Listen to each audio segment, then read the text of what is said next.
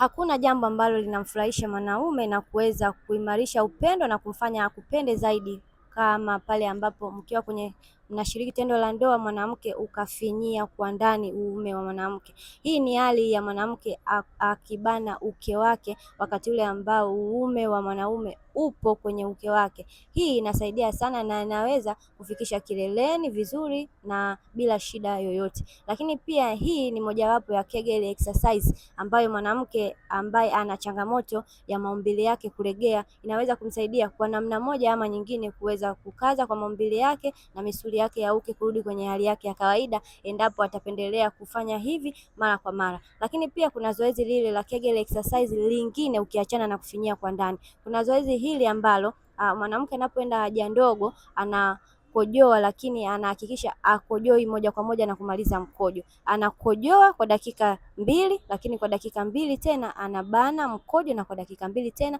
anakojoa tena. Mwanamke ukipendelea kufanya hivi mara kwa mara, inaweza kupelekea uke wako kubana, misuli yako ya uke kubana na kurudi kwenye hali yako ya kawaida. Hakikisha unashare video iwafikie wanawake wengine waweze kujifunza, ili waweze kupata solution ya matatizo yao ya kiafya.